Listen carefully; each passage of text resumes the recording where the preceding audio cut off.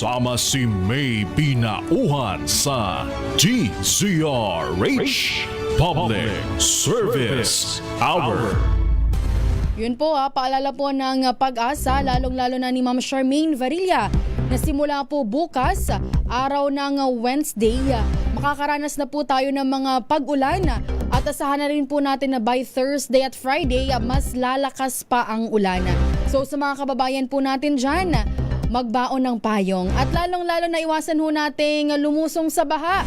Dahil ito pong leptospirosis at tumataas nga po ang kaso. Kaya po, ingat-ingat lang po tayo. Sa atin naman pong pagbabalik, makikipag-usap pa rin tayo. Meron din hong mananawagan ngayong pong araw ng Tuesday. Walang iba po yan si Tatay Edgar, si Kuya Edgar De Leon para po sa kanyang lolo na si Lolo Maximo Aguinza Diaz. Mamaya-maya ho yan sa ating pagbabalik. Pilipinas ang oras, 3:19 ng hapon.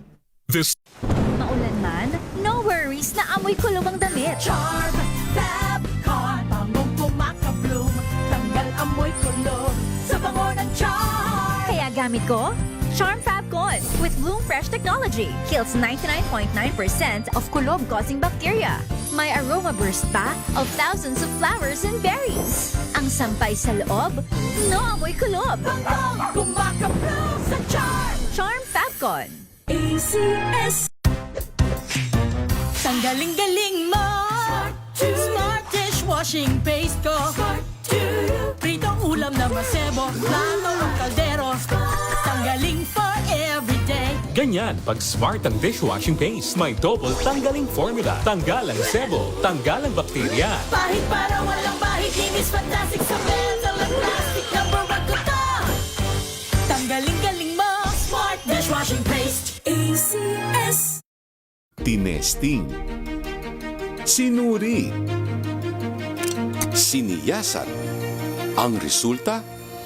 Super effective ang Shield sa pagpatay ng bakterya at virus. Shield Antibacterial Soap. Believe ang mga eksperto sa Philippine Nurses Association. At si Mami. Tiwala ako sa Shield. Shield Antibacterial Soap. Napatunayang mabisa. Ang mga nurse, tiwala. ACS. May nagbago. May arte. May budget. Akala nyo lang yon. So solid. White Rose Papaya, wow, White Rose. White Rose Papaya, wow, White Rose. White Rose Papaya. May glow up with White Rose Papaya. White Rose Papaya. May puti power times 2 kasi may papaya at niacinamide. May shea butter and tea tree oil pa. Kutis sulit ang glow up. Glow up with White Rose Papaya. White Rose Papaya. Kutis sulit ang glow up. ACS. Galalala Falcon. Galalala Falcon. Ang bango ng sampayan. Tara na magsayawan. Califabcon. Amoy nakaka-joyful. Kia ora, I'm Stephanie Adanza, 48 years old, and I'm working as a Member of Parliament Support Advisor here in Wellington, New Zealand. I'm very happy that a friend recommended MX3 to me when I opened the box of MX3 and it said, the best decision of your life. Wala nang doubt, I get to be part of a product that has a role in the good news, the Great Commission. MX3, dito ako bilib. Mahalagang paalala, ang MX3 capsule ay hindi gamot at hindi dapat gamiting panggamot sa anumang uri ng sakit. Galalala Falcon. Galalala Falcon. Ang bango ng sampayan. Tara na magsayawan. Califabcon. Amoy nakaka-joyful.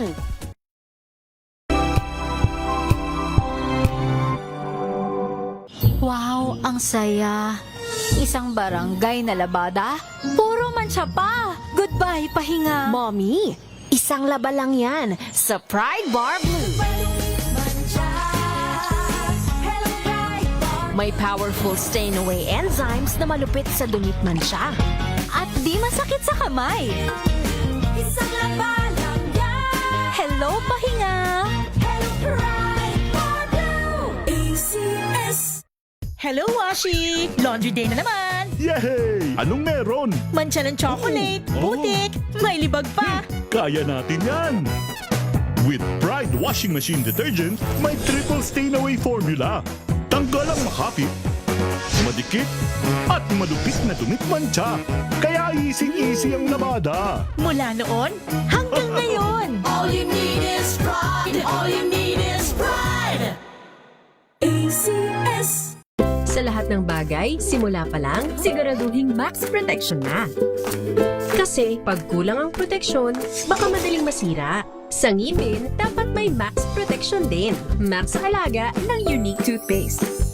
With Max Protect Formula, helps stop cavities before they start, while keeping breath fresh. Try Unique Maximum Fluoride Protection. Para max alaga, max protektado. ACS. Sa puso ng kalikasan, natatangi ang prutas ng mangosteen. Ito ay nagtataglay ng antioxidant compounds na alpha, beta at gamma mangosteen. Ang MX3 capsule ay isang food supplement na gawa sa natural na mangosteen. Ito ay tested and proven to help avoid knee joint pain discomfort para iwas-iwas sa sakit with long-term supplementation through capsules daily. MX3 capsule, tunay, natural at original. Mahalagang paalala, ang MX3 capsule ay hindi gamot at hindi dapat gamiting panggamot sa anumang uri ng sakit.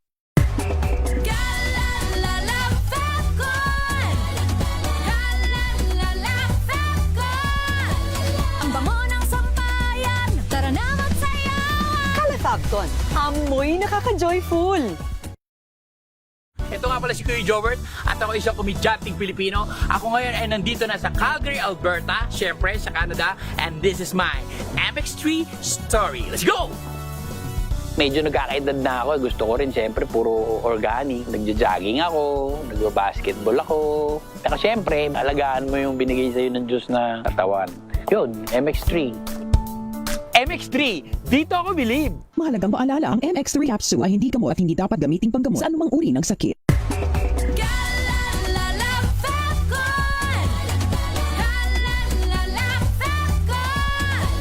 Ang bango ng sampayan. Tara na magsayawan. Calefabcon, amoy nakaka-joyful.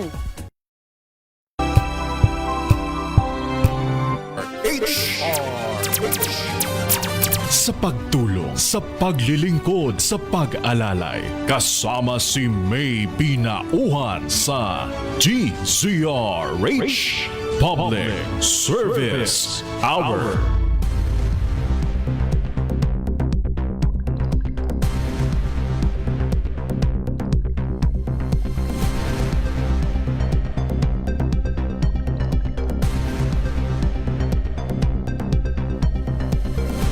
.25 na po ng hapon. Makibalita po tayo sa labas ng ating himpilan. Malacanang suportado ang pagbabawal sa Facebook at iba pang online gaming platform kasunod ng mga insidente ng karahasan sa mga paaralan. Ang buong detalye sa report ng Rich 14, Leth Narciso. Miss Leth? Winabukas ang Malacanang sa mga panukalang ipagbawal ang social media platform sa Pilipinas. Ito'y kasunod ng pahayag ng Cybercrime Investigation and Coordinating Center na ikinukonsidera nila ang suhestyon na iba na ang Facebook at online gaming sa bansa kasunod na rin ng mga insidente ng karahasan sa mga paaralan. Ayon kay Sir Claire Castro, panahon nang mapag-aralan kung nakabubuti pa ang social media lalo na sa mga kabataan o nakatutulong na lamang sa pagpalaganap ng fake news. Lalo na anya yung mga hindi kinakikitaan ng accountability at makupad umaksyon sa mga pakiusap ng gobyerno para mabigyang proteksyon ang mga Pilipino. At biro ni Castro, kung hindi rin naman nakatutulong sa pagprotekta at nakasasama pa sa mga kabataan, mainam na silipin na kung dapat pa ba silang manatili sa sistema ng bansa. Pakinggan natin si Jose Castro.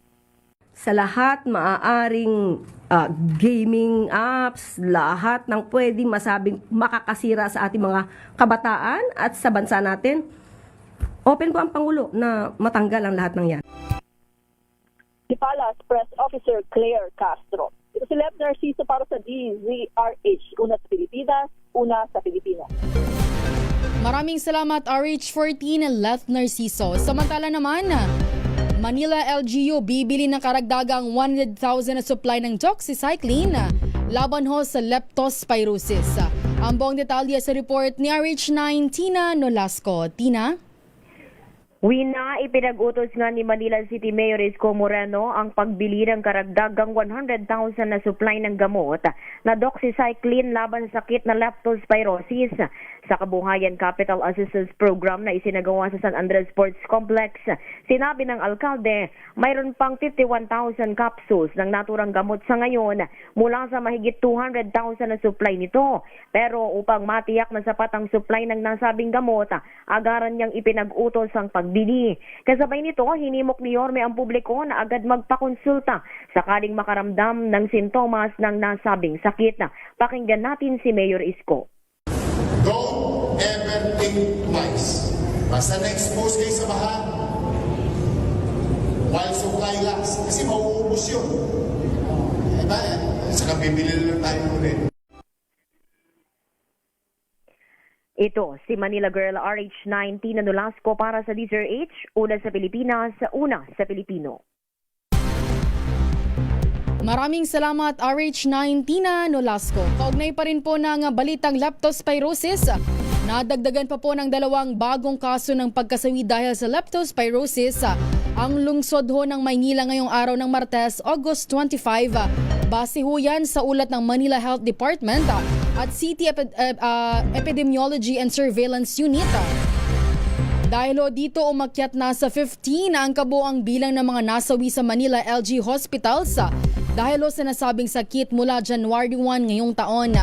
Habang nasa 38 naman po ang nadagdag sa kaso ngayong araw at kabuang 267 na ang tinamaan ng leptospirosis. Samantala, kinumpirma po ng San Lazaro Hospital Medical Center Chief Dr. David Soplico na pumalo na po sa 135 ang kabuang bilang ng mga pasyenteng na-admita sa naturang ospital dahil po sa leptospirosis. Dahil po sa patuloy na pagdami ng mga tinatamaan ng sakit, lumagpas na po ang bilang ng mga pasyente sa nakalaang 120 bed capacity ng ospital para po sa leptospirosis. At puno na rin po ang 10 bed capacity ng emergency room ng SLH. Habang marami pa rin pong pasyente ang kasalukuyang naghihintay na maaasikaso sa emergency room. Dahil po dito nananawagan si Dr. Suplico sa lahat po ng mga lumusong sa baha na agad na magpakonsulta sa pinakamalapit na posibilidad kung makakaranas po ng lagnat para agad na maagapan.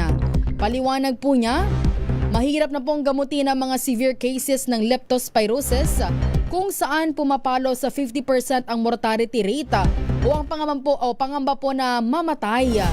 Mamatay po ang naturang pasyente nga malala na ang kondisyon oras na dinala sa ospital. Sa pagtulong, sa paglilingkod, sa pag-alalay, kasama si May Binauhan sa DZRH Public Service Hour. 3:31 na po ng hapon. Maya-maya ho sa ating pagbabalika, makikibalita pa rin po tayo sa labas ng ating himpilan. At yung binabanggit ko ho kanina, meron pong mananawagan po ngayong hapon. Pilipinas ang oras, 3:31 ng hapon.